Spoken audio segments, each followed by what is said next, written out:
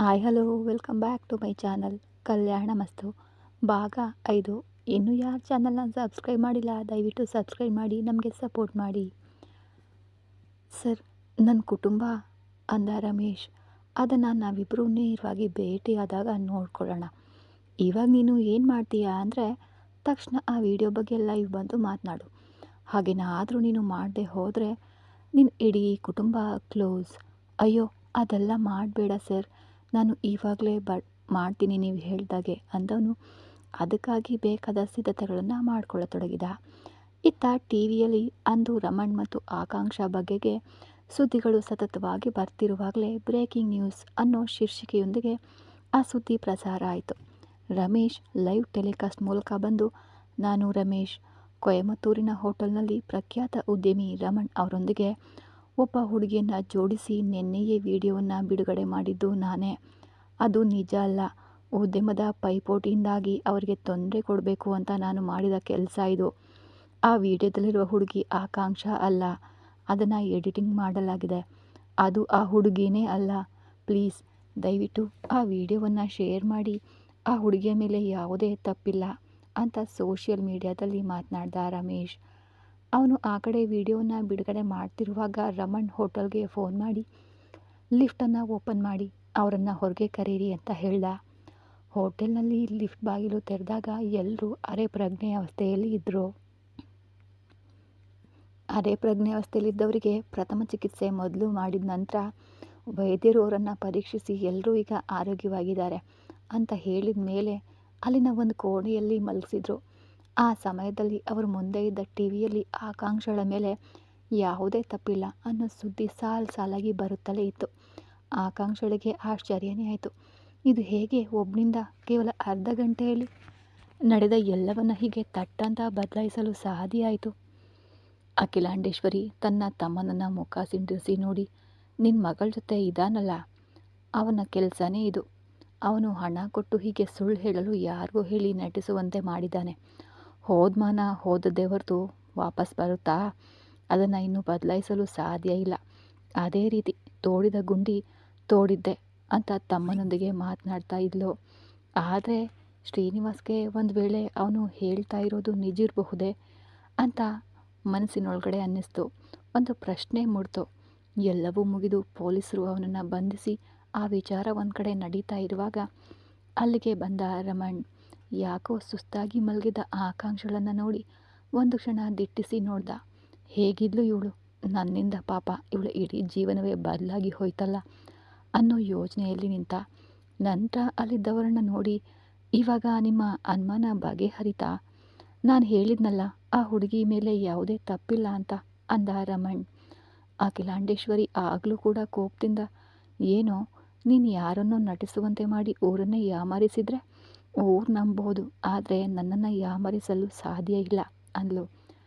ತನ್ನ ಮಗನ ಕಡೆ ತಿರುಗಿ, ಲೇ ರಂಜಿತ್, ನಿನ್ನ ಮನಸ್ಸಿನಲ್ಲಿ ಇವಳನ್ನು ಮದುವೆಯಾಗಬೇಕು ಅನ್ನೋ ಆಸೆ ಗೀಸೆ ಇದ್ದರೆ ತಕ್ಷಣವೇ ಮರ್ತುಬಿಡು. ನಿನ್ನೆ ಇವನ ಜೊತೆ ಇದ್ದ ವಿಡಿಯೋವನ್ನು ನಮ್ಮ ಜಾತಿ ಜನರೆಲ್ಲ ನೋಡಿಬಿಟ್ಟಿದ್ದಾರೆ. ಇಂಥವಳನ್ನು ಕರ್ಕೊಂಡು ಹೋಗಿ ನಡುಮನೆಯಲ್ಲಿ ಕೂರಿಸಿ ಆರತಿ ಹಾಡು ಹೇಳ್ತಿದೀಯಾ ಅಂದ್ಲು. ರಮಣ್ಗೆ ಅರ್ಥ ಆಯಿತು, ಇವರು ತಿದ್ದಿಕೊಳ್ಳೋದಿಲ್ಲ ಅಂತ. ರಮಣ್ ಮರುಕದಿಂದ ಅವಳನ್ನು ನೋಡಲು ಅವಳು ಎದ್ದು ನಿಂತು, ನಿಮ್ಮ ಜೊತೆ ಬರ್ತೇನೆ ಅಂತ ನಾನು ಯಾವಾಗ ಹೇಳಿದೆ? ಇಲ್ಲ, ನಾನು ನಿಮ್ಮ ಜೊತೆ ಬರಲ್ಲ. ನಿಮ್ಮ ಮಗಳನ್ನ ಮದುವೆ ಆಗ್ತೇನೆ ಅಂತ ಒಂಟಿಗಲ್ಲಲ್ಲಿ ನಾನು ನಿಂತಿದ್ನಾ? ಇಲ್ಲ ತಾನೆ ಅಂದ್ಲು ಆಕಾಂಕ್ಷ. ಅಖಿಲಾಂಡೇಶ್ವರಿ ಶ್ರೀನಿವಾಸನನ್ನು ನೋಡಿ, ಇದಾ ನೀನು ಮಗಳನ್ನು ಬೆಳೆಸಿದ ಲಕ್ಷಣ ಅಂದ್ಲು. ನೀವು ಅಪ್ಪನೇನಾ? ನನ್ನ ಮಗಳು ತಪ್ಪು ಮಾಡಿರಲ್ಲ ಅಂತ ಅವರು ಹೇಳಿದರೆ ಈ ಪ್ರಪಂಚದಲ್ಲಿ ಅವರು ಏನು ಮಾಡಲು ಹೇಳಿದರೂ ನಾನು ಮಾಡ್ತಾಯಿದ್ದೆ. ಇವಳು ನನ್ನ ಮಗಳು ಖಂಡಿತ ತಪ್ಪು ಮಾಡಿರಲ್ಲ ಅಂತ ಅಪ್ಪ ಹೇಳಲು ಇಲ್ಲ. ತುಂಬ ಆಸೆಯಾಗಿ ಪ್ರೀತಿಸಿದ ನಿಮ್ಮ ಮಗನೂ ಕೂಡ ಹೇಳಲಿಲ್ಲ. ಆದರೆ ಅಸಹ್ಯವಾದ ಮಾತುಗಳು ಮಾತ್ರ ಬಂದವು. ಬಂಗಾರದ ನನ್ನ ಮಗಳು ಅಂತ ಮುದ್ದಾಡಿದ ಬಾಯಲ್ಲಿ ಕೆಟ್ಟ ಪದಗಳು ಮಾತ್ರ ಬಂದವು. ನನಗೆ ಅದೇ ಸಿಕ್ಕವು. ಬೀದಿಯಲ್ಲಿ ಯಾರಾದರೂ ಜಗಳ ಆಡಿದರೆ ಕೂಡ ಮನೆಯ ಬಾಗಿಲು ಹಾಕಿ ಒಳಗಡೆ ಕೂರಿಸ್ತಾ ಇದ್ದ ಅಪ್ಪ. ಇವತ್ತು ಮಗಳೆಂದು ಕೂಡ ನೋಡದೆ ಆಡಿದ ಮಾತುಗಳು ಅಷ್ಟಿಷ್ಟಲ್ಲ. ಜೋಪಾನವಾಗಿ ಬೆಳೆಸ್ಬಿಟ್ಟು ಒಂದು ನಿಮಿಷದಲ್ಲಿ ನಿಮಗೆ ಇಷ್ಟವಾಗ್ತಿದ್ರೆ ಆ ಮಗಳನ್ನು ಬೀದಿಗೆ ತಳ್ಳಲು ಕೂಡ ನೀವು ಹಿಂಜರಿಯುತ್ತಿಲ್ಲ ಅಲ್ವಾ? ಇವಾಗ ಅರ್ಥ ಆಗ್ತಿದೆ. ಪ್ರೀತಿಯ ಹೆಸರಿನಲ್ಲಿ ನನ್ನನ್ನು ಬೆಳೆಸಿ ನಾನು ಕಟುಕನ ಕೈಯಲ್ಲಿರೋ ದನದ ಹಾಗೆ ಇರಬೇಕು ಅಂತ ನೀವು ಬಯಸ್ತಿದ್ರಿ ಅಂತ. ಅದು ನಡೆಯಲ್ಲ ಅಂತ ತಿಳಿದ ತಕ್ಷಣ ಅನ್ಯಾಯದ ಮಾತುಗಳಿಂದ ದೂರಿ ಕೊಲೆ ಮಾಡಲು ನೋಡ್ತಾ ಇದ್ದೀರಿ. ಕೋಟಿ ರೂಪಾಯಿ ಕೊಟ್ಟರು ಇನ್ಮೇಲೆ ನಾನು ನಿಮ್ಮ ಜೊತೆ ಬರಲ್ಲ ಅಂದ್ಲು ದೃಢವಾಗಿ. ರಂಜಿತ್ ಕೋಪದಿಂದ, ಹಾಗಾದರೆ ಇನ್ನೆಲ್ಲಿಗೆ ಹೋಗ್ತೀಯಾ ಅಂದ. ಅಖಿಲಾಂಡೇಶ್ವರಿ ನಕಿಲಿ ನಗುನೊಂದು ನಕ್ಕು, ಇನ್ನೆಲ್ಲಿಗೆ ಹೋಗ್ತಾಳೆ, ಅವನ ಜೊತೆನೇ ಹೋಗ್ತಾಳೆ. ನಾನು ಹೇಳಿದ ಹಾಗೆ ಅವಳು ಈಗಾಗಲೇ ಅವನನ್ನು ನೋಡಲು ಪ್ಲ್ಯಾನ್ ಮಾಡಿಕೊಂಡೇ ಬಂದಿರ್ತಾಳೆ.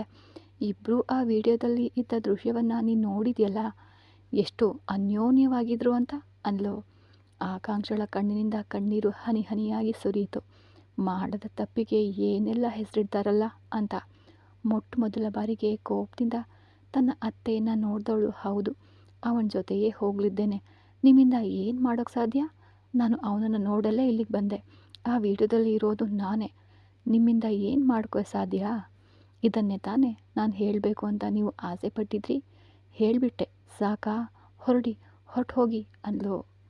ಅಲ್ಲಿದ್ದ ಶ್ರೀನಿವಾಸ್ ಹೊಡೆಯಲು ನುಗ್ಗಿ ಬರುವಾಗ ರಮಣ್ ಮಧ್ಯೆ ನಿಂತು ತಡೆದ. ಆ ಹುಡುಗಿಗೆ ಅಂತ ಒಂದು ಜೀವನ ಇದೆ, ನಿಮ್ಮ ಜೊತೆ ಬಂದರೆ ಅವಳ ಜೀವನ ಚೆನ್ನಾಗಿರುತ್ತೆ ಅಂತ ಕಾರಣಕ್ಕಾಗಿಯೇ ಇಷ್ಟು ಸಮಯ ನಾನು ಏನು ಮಾತನಾಡ್ತಾ ಇದ್ದೆ. ಇನ್ಮೇಲೆ ಆ ಹುಡುಗಿ ಮೇಲೆ ನಿಮ್ಮ ಕಿರುಬೆರಳು ಸೋಕಲು ತಗುಲಿದ್ರೂ ನಿಮ್ಮ ಕೈ ಇಲ್ಲದಂತೆ ಮಾಡಿಬಿಡ್ತೀನಿ, ಎಚ್ಚರ ಅಂದ ರಮಣ್. ಅಖಿಲೇಂಡೇಶ್ವರಿ ಶ್ರೀನಿವಾಸ್ನ ಮಗಳನ್ನು ದ್ವೇಷದಿಂದ ನೋಡ್ತಾ, ನೀನು ನಮ್ಮ ಜೊತೆ ಬಂದಿದ್ರೂ ನಾವು ನಿನಗೆ ಉತ್ತರ ಕ್ರಿಯೆಗಳನ್ನೇ ಮಾಡ್ತಾ ಇದ್ವು, ನೀನು ಬರದೇ ಇದ್ದರೂ ಈಗ ನಾವು ಅದನ್ನೇ ಮಾಡ್ತೀವಿ, ನಮ್ಮ ಪಾಲಿಗೆ ನೀನು ಸತ್ತು ಹೋದೆ, ಇನ್ಮೇಲೆ ನಮ್ಮ ಮನೆ ಹೊಸ್ತಿಲು ತುಳಿಬೇಡ ಅಂತ ಹೇಳಿ ಹೊರಟು ಹೋದರು. ಇತ್ತ ಆಕಾಂಕ್ಷ ಆ ಸ್ಥಳದಲ್ಲೇ ಹಾಗೇನೆ ಕುಳಿತು ಮೊಣಕಾಲಿನ ಮೇಲೆ ಮುಖವನ್ನು ಉದುಗಿಸಿ ಅಳಲು ಪ್ರಾರಂಭಿಸಿದ್ಲು. ಹೋಟೆಲ್ನ ಮ್ಯಾನೇಜರ್, ಹೋಟೆಲ್ ಮಾಲೀಕ, ಸಿಬ್ಬಂದಿ, ಇನ್ನೂ ಕೆಲವು ಸ್ನೇಹಿತರು, ರೌಡಿಗಳು, ರಮಣ್ ಅವರ ಶ್ರೀಮಂತ ವರ್ಗದವರು ಅಂತ ಅಲ್ಲಿ ದೊಡ್ಡ ದೊಡ್ಡ ಗುಂಪೆ ಇತ್ತು. ರಮಣ್ ತಿರುಗಿ ಹೋಟೆಲ್ ಮ್ಯಾನೇಜರ್ ಕಡೆ ನೋಡಿ ಒಂದು ದೃಷ್ಟಿ ಬೀರ್ದ. ಆ ನೋಟದ ಅರ್ಥ ಅವರಿಗೆ ತಿಳಿಯಿತು. ಆಗ ಎಲ್ಲರನ್ನ ಅಲ್ಲಿಂದ ಕಳುಹಿಸಿದ್ರು. ರಮಣ್ ಮುಖ್ಯವಾದವರಿಗೆ ಕೈ ಮುಗಿದು ಧನ್ಯವಾದ ಹೇಳಿ ತಿರುಗಿ ನೋಡ್ದ. ಜನನಿ ಅವಳ ಹತ್ರ ಕುಳಿತು, ಅಳ್ಬೇಡ ಆಕಾಂಕ್ಷ, ಅವರು ಹೋದದಕ್ಕಾಗಿ ನೀನು ಬೇಸರ ಪಡಬೇಡ, ಹೇಗೆ ಇವರಿಂದ ಇಷ್ಟು ಅಸಹ್ಯವಾಗಿ ಮಾತನಾಡಲು ಸಾಧ್ಯ ಆಗುತ್ತೆ ಅಂತ ಗೆಳತಿಯನ್ನು ಅಪ್ಕೊಂಡ್ಲು ಜನನಿ.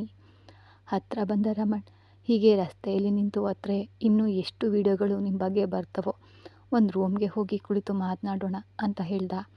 ಆಕಾಂಕ್ಷ ತನ್ನ ಕೈಗಳನ್ನು ಮುಗಿದು, ತುಂಬ ಧನ್ಯವಾದಗಳು ಸರ್, ನೀವು ಸಹಾಯ ಮಾಡಿದ್ದಕ್ಕೆ ಅಂದ್ಲು. ಅವನು ಅವಳನ್ನೇ ತದೇಕಚಿತ್ತದಿಂದ ನೋಡಿ, ಹೆತ್ತವರೇ ನನ್ನನ್ನು ನಂಬದೇ ಇದ್ದಾಗ ಇಷ್ಟೊಂದು ಶ್ರಮಪಟ್ಟು ಆ ವ್ಯಕ್ತಿಯನ್ನು ಬೆದರಿಸಿ ಸುಳ್ಳು ಹೇಳಲು ಒಪ್ಪಿಸಿದ್ದೀರಿ, ಅದಕ್ಕೆ ನಿಮಗೆ ಮೊದಲಿಗೆ ಧನ್ಯವಾದ ಹೇಳ್ತೀನಿ, ಇನ್ಮೇಲೆ ನಾನು ಹೋಟೆಲ್ನಲ್ಲಿ ಇರಲ್ಲ ಅಂದ್ಲು. ರಮಣ್, ನಿಮ್ಮ ಮನೆಯಲ್ಲಿ ಇನ್ಮೇಲೆ ಸೇರಿಸ್ಕೊಳ್ಳೋದಿಲ್ಲ, ನೀವು ಎಲ್ಲಿಗೆ ಹೋಗ್ತೀರಿ ಅಂದ. ಸದ್ಯಕ್ಕೆ ನನ್ನ ಫ್ರೆಂಡ್ ಮನೆಗೆ ಹೋಗ್ತೀನಿ, ಡಾಕ್ಟರ್ ಓದಿದ್ದೀನಿ ಅಲ್ವಾ, ಯಾವುದಾದ್ರೂ ಹಾಸ್ಪಿಟಲ್ನಲ್ಲಿ ಕೆಲಸ ಮಾಡಿ ಬದುಕೊಳ್ತೀನಿ ಅಂದ್ಲು.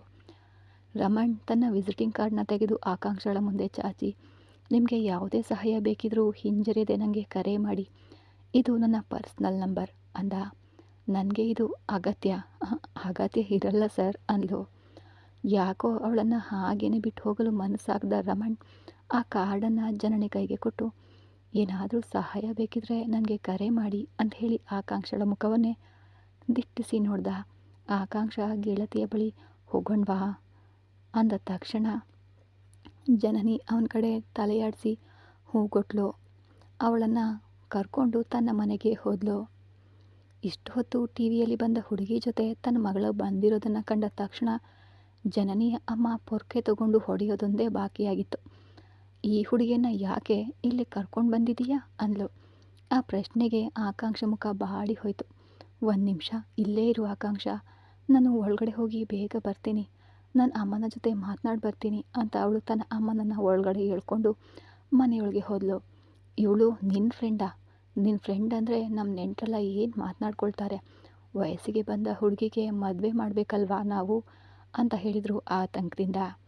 ತನ್ನಿಂದ ತನ್ನ ಗೆಳತಿಗೆ ಅವಮಾನ ಆಗಬಾರ್ದು ಅಂದ್ಕೊಂಡು ಆ ಜಾಗದಲ್ಲಿ ಇನ್ಮೇಲೆ ನಾನು ಇರಬಾರ್ದು ಅಂತ ನಿರ್ಧರಿಸಿದ್ಲು ಆಕಾಂಕ್ಷ. ಅದಕ್ಕಿಂತ ಹೆಚ್ಚು ಅಲ್ಲಿ ನಿಲ್ಲಲು ಇಷ್ಟಪಡದ ಆಕಾಂಕ್ಷ ಆ ಜಾಗದಿಂದ ಹೊರಟುಬಿಟ್ಲು. ಗಾಂಧಿಪುರ ಬಸ್ ನಿಲ್ದಾಣ.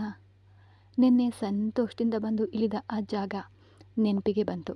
ಅದಕ್ಕೆ ತದ್ವಿರುವಾಗಿ ತನಗೆ ಇಂದು ಎಲ್ಲವೂ ಬದಲಾಗಿ ಹೋಗಿತ್ತು. ಯಾಕೆ ನನ್ನ ಜೀವನದಲ್ಲಿ ಹೀಗೆಲ್ಲ ನಡೀತಾ ಇದೆ? ಮಾಡದ ತಪ್ಪಿಗೆ ಇಷ್ಟು ದೊಡ್ಡ ಶಿಕ್ಷೆಯ?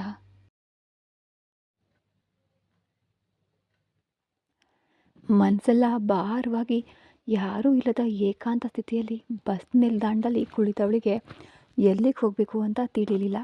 ಕೈಲಿದ್ದ ಹಣ ಕೇವಲ 1,000 ರೂಪಾಯಿ ಮಾತ್ರ. ಮದುವೆಗೆ ಬೇಕಾದ ಉಡುಗೊರೆನೆಲ್ಲ ಊರಿಂದೇ ಖರೀದಿಸಿ ತಂದಿದ್ಲು. ಹಾಗಾಗಿ ಪ್ರಯಾಣಕ್ಕೆ ಮಾತ್ರ ಇಟ್ಕೊಂಡಿದ್ದ ಹಣವಷ್ಟೇ ಈಗ ಅವಳ ಕೈಯಲ್ಲಿ ಇತ್ತು. ಈಗ ಎಲ್ಲಿ ಹೋಗೋದು? ನನ್ನ ಮುಖವನ್ನು ಊರೆಲ್ಲ ನೋಡಿರುತ್ತೆ, ಎಲ್ಲರಿಗೂ ಗೊತ್ತಾಗಿರುತ್ತೆ. ಯಾವುದೇ ಸ್ನೇಹಿತರ ಬಳಿಯೂ ಸಹಾಯ ಕೇಳಲು ಈಗ ಸಾಧ್ಯ ಇಲ್ಲ. ಹಾಗಂತ ಯೋಚಿಸ್ತಾ ತಲೆಯ ಮೇಲೆ ಕೈ ಹೊತ್ತು ಕುಳಿತುಕೊಂಡು ಆಕಾಂಕ್ಷ ಆಕಾಂಕ್ಷ ಎಂಬ ಧ್ವನಿ ಕೇಳಿ ಅವಳು ತಲೆ ಎತ್ತಿ ನೋಡಿದ್ಲು. ಅವನೇ ಅಲ್ಲಿ ನಿಂತಿದ್ದ, ಅಂದರೆ ರಮಣ್. ನಾನು ಇಲ್ಲೇ ಇದ್ದೀನಿ ಅಂತ ನಿಮ್ಗೆ ಹೇಗೆ ಗೊತ್ತಾಯಿತು ಅಂತ ಕೇಳುವಾಗ ಅವಳ ಕಣ್ಣುಗಳು ಕಣ್ಣೀರಿನಿಂದ ತುಂಬಿ ಹೋಗಿದ್ವು. ಜನನಿ ಹೇಳಿದರು ಅಂತ ರಮಣ್ ತನ್ನ ಪ್ಯಾಂಟ್ ಜೇಬ್ನಲ್ಲಿದ್ದ ಹ್ಯಾಂಡ್ ಕರ್ಚೀಫ್ನ ತೆಗೆದು ಅವಳ ಕಡೆಗೆ ಚಾಚ್ದ. ನನ್ನ ಹತ್ರ ಇದೆ ಸರ್ ಅಂತ ಆಕಾಂಕ್ಷ ತನ್ನ ಕೈಲಿದ್ದ ಬ್ಯಾಗ್ನಿಂದ ತನ್ನದೇ ಆದ ಹ್ಯಾಂಡ್ ಕರ್ಚೀಫ್ನ ತಗೊಂಡು ತೋರಿಸಿದ್ಲು. ಈಗ ಅವಳ ಪರಿಸ್ಥಿತಿಯನ್ನು ನೋಡಿ ರಮಣ್ ನಯವಾಗಿ ಹೇಳ್ದ, ನಿಮಗೆ ಈಗ ಆಗ್ತಾ ಇರೋ ತೊಂದರೆಗಳಿಗೆಲ್ಲ ಒಂದು ರೀತಿಯಲ್ಲಿ ನಾನು ಕಾರಣನೇ.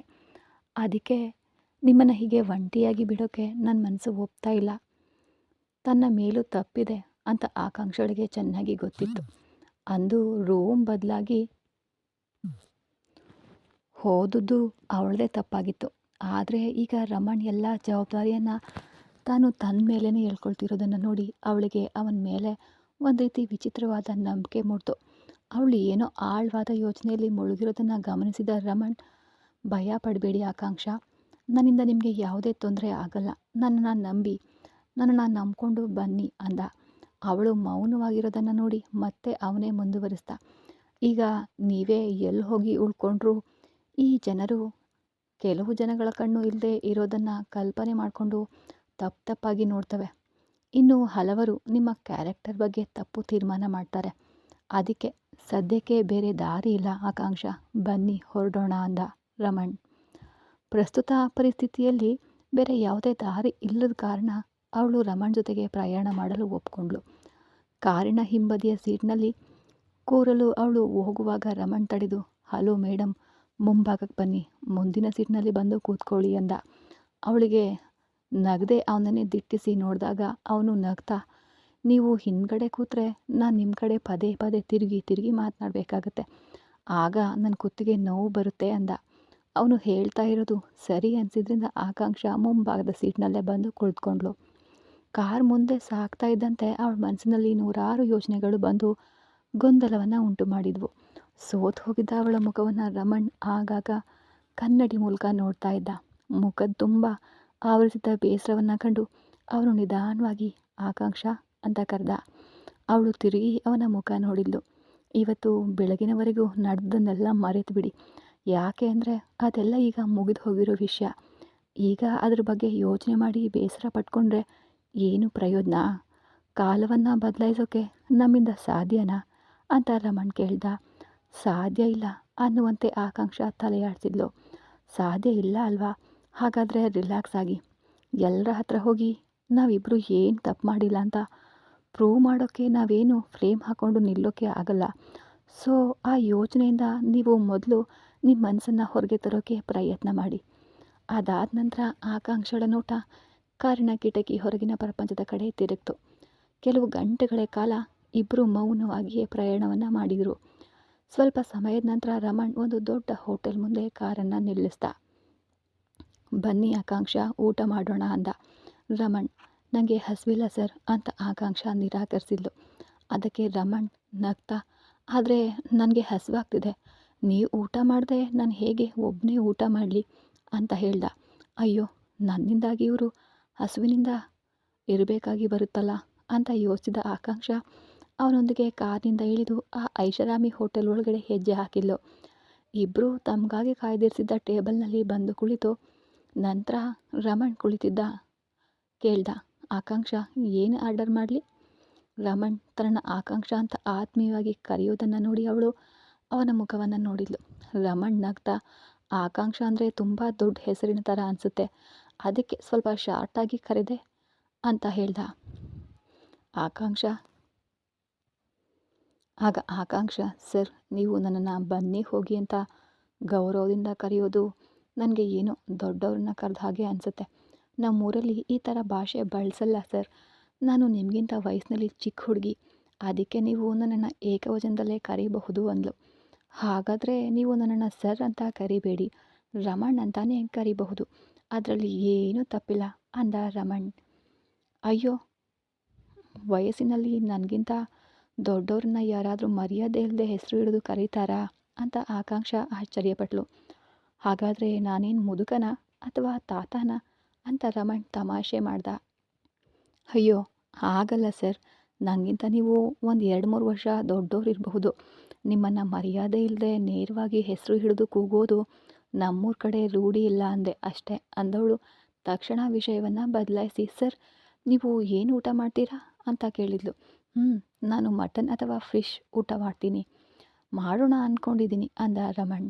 ಅಯ್ಯೋ, ಇವತ್ತು ಶುಕ್ರವಾರ, ನಾನಿವತ್ತು ನಾನ್ ವೆಜ್ ತಿನ್ನಲ್ಲ, ಇಲ್ಲಿ ಸಾಂಬಾರನ್ನ ಸಿಗುತ್ತಾ, ಅದು 1/2 ಪ್ಲೇಟ್ ಸಾಕು ಅಂದ್ಲು ಆಕಾಂಕ್ಷ. ಅವಳ ಮಾತನ್ನು ಕೇಳಿ ರಮಣ್ ತಾನು ಕೂಡ ವೆಜ್ ಸಾಂಬಾರನ್ನವನ್ನೇ ಆರ್ಡರ್ ಮಾಡಿ ಅರ್ಧ ಹೊಟ್ಟೆಯಷ್ಟೇ ಊಟ ಮಾಡ್ದ. ಯಾಕೆ ಸರ್, ನೀವು ಇಷ್ಟೊಂದು ಕಮ್ಮಿ ಊಟ ಮಾಡಿದ್ರಿ, ನನ್ನಿಂದನಾ ಅಂತ ಆಕಾಂಕ್ಷ ಬೇಸರದಿಂದ ಕೇಳಿದ್ಲು. ಹಾಗೆಲ್ಲ ಏನೂ ಇಲ್ಲ, ಇನ್ನೂ ತುಂಬ ದೂರ ಗಾಡಿ ಓಡಿಸ್ಬೇಕು ಅಲ್ವಾ, ಜಾಸ್ತಿ ತಿಂದರೆ ನಿದ್ದೆ ಬಂದುಬಿಡುತ್ತೆ ಅಷ್ಟೇ. ನೀವು ನೋಡಿದರೆ ಏನು ಮಾತಾಡದೆ ಸೈಲೆಂಟಾಗಿ ಬರ್ತಾ ಇದ್ದೀರಾ. ನಾನು ಊಟ ಜಾಸ್ತಿ ಮಾಡಿ ನಿದ್ದೆ ಮಾಡಿಬಿಟ್ರೆ ಆಮೇಲೆ ನಾವಿಬ್ಬರು ನೇರವಾಗಿ ಮೇಲಕ್ಕೆ ಅಂದರೆ ಆ ದೇವಲೋಕಕ್ಕೆ ಹೋಗಬೇಕಾಗುತ್ತೆ ಅಂತ ರಮಣ್ಣಕ್ಕ. ಹೋ, ಹಾಗಾದರೆ ಸರಿ ಅಂತ ಆಕಾಂಕ್ಷಳು ಮುಗುಳ್ನಕ್ಳು. ಇಬ್ಬರು ಊಟವನ್ನು ಮುಗಿಸಿ ಮತ್ತೆ ಪ್ರಯಾಣವನ್ನು ಮುಂದುವರಿಸಿದ್ರು. ರಮಣ್ ಕಾರನ್ನು ಸ್ಟಾರ್ಟ್ ಮಾಡಿ, ನಿಮಗೆ ಒಂದು ವೇಳೆ ನಿದ್ದೆ ಬಂದರೆ ಆರಾಮಾಗಿ ಮಲಗಿ ಆಕಾಂಕ್ಷ ಅಂದ. ಇಲ್ಲ ಸರ್, ನನಗೆ ನಿದ್ದೆ ಬರ್ತಾ ಇಲ್ಲ ಅಂದ್ಲು ಆಕಾಂಕ್ಷ. ರಮಣ್ ಅವಳ ಮುಖ ನೋಡ್ದ. ಮುಂಚೆಗಿಂತ ಅವಳಿಗೆ ಸ್ವಲ್ಪ ನಾರ್ಮಲಾಗಿ ಸಹಜವಾಗಿ ಕಾಣಿಸ್ತಾ ಇದ್ಲು. ಹಾಗಾಗಿ ಅವನು ಕಾರ್ನಲ್ಲಿ ಒಂದು ಒಳ್ಳೆ ಹಾಡನ್ನು ಪ್ಲೇ ಮಾಡ್ದ. ಸ್ವಲ್ಪ ಸಮಯದ ನಂತರ ಬೆಂಗಳೂರು ನಿಮ್ಮನ್ನು ಪ್ರೀತಿಯಿಂದ ಸ್ವಾಗತಿಸ್ತಿದೆ ಅನ್ನೋ ದೊಡ್ಡ ಬೋರ್ಡ್ ಕಾಣಿಸ್ತು. ತಾವು ಬೆಂಗಳೂರು ನಗರದ ಒಳಗಡೆ ಪ್ರವೇಶಿಸಿದ್ದೇವೆ ಅನ್ನೋದು ಆಕಾಂಕ್ಷಳಿಗೆ ಅರ್ಥ ಆಯಿತು. ಬೆಂಗಳೂರಿಗೆ ಬಂದುಬಿಟ್ವಿ, ಇನ್ನು ಕೆಲವೇ ನಿಮಿಷಗಳಲ್ಲಿ ನಾವು ನಮ್ಮ ಮನೆಗೆ ತಲುಪ್ತೀವಿ ಅಂದ ರಮಣ್.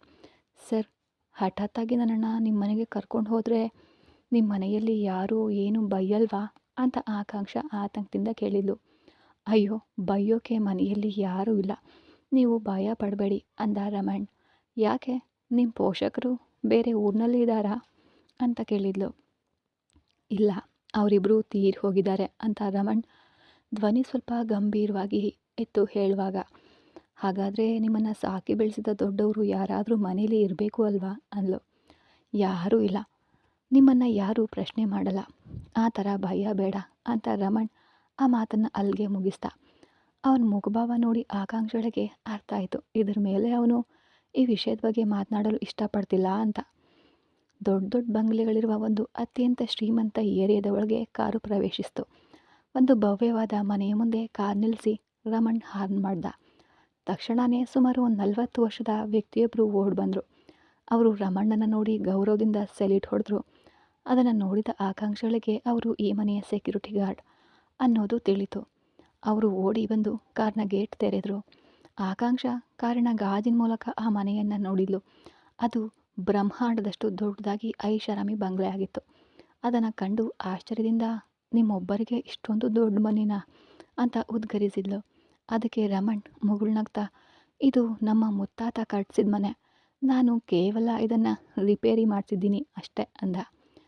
ಆ ಮನೆಯನ್ನು ನೋಡಿದಾಗಲೇ ರಮಣ್ ಎಷ್ಟು ದೊಡ್ಡ ಶ್ರೀಮಂತ ಅನ್ನೋದು ಅವಳಿಗೆ ಮನವರಿಕೆ ಆಗಿತ್ತು.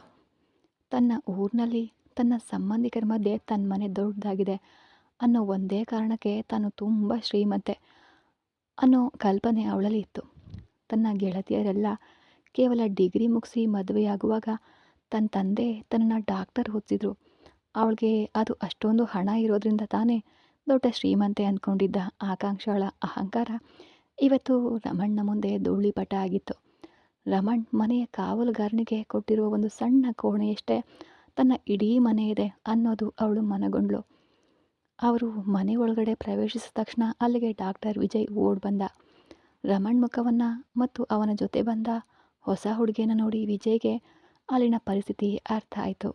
ಬನ್ನಿ ಅಣ್ಣ ಅನ್ನುತ್ತಾ ವಿಜಯ್ ಆಕಾಂಕ್ಷಳನ್ನು ನೋಡೋದು ಗಮನಿಸಿದ ರಮಣ್ ಪರಿಚಯಿಸ್ತಾ, ವಿಜಯ್ ಇವರೇ ಆಕಾಂಕ್ಷ. ಹಾಯ್ ಅಂದ ವಿಜಯ್. ವಿಜಯ್ಗೆ ಆಕಾಂಕ್ಷ ಕೂಡ ನಮಸ್ಕಾರದ ರೂಪದಲ್ಲಿ ತಲೆ ಆಡಿಸಿದ್ಲು. ವಿಜಯ್ ಹೇಳಿ ಅಣ್ಣ, ಇವರಿಗಾಗಿ ರೆಡಿ ಮಾಡಿರೋ ರೂಮ್ನ ತೋರಿಸು. ಇವರ ಸುರಕ್ಷತೆ ನಮಗೆ ತುಂಬ ಮುಖ್ಯ ಅಂದ ರಮಣ್. ಆಕಾಂಕ್ಷ, ನೀವು ಇವನ ಜೊತೆ ಹೋಗಿ ನಿಮ್ಮ ರೂಮ್ಗೆ ಅಂತ. ಈ ಕತೆ ಮುಂದುವರಿಯೋದು. ಮುಂದೆ ಏನಾಗುತ್ತೆ ಅಂತ ನೋಡೋದಕ್ಕೆ ಕಾಯ್ತಾ ಇರಿ. ಎಲ್ಲರಿಗೂ ಕೂಡ ಧನ್ಯವಾದಗಳು. ಮತ್ತೆ ಸಿಗೋಣ ಮುಂದಿನ ಎಪಿಸೋಡಲ್ಲಿ.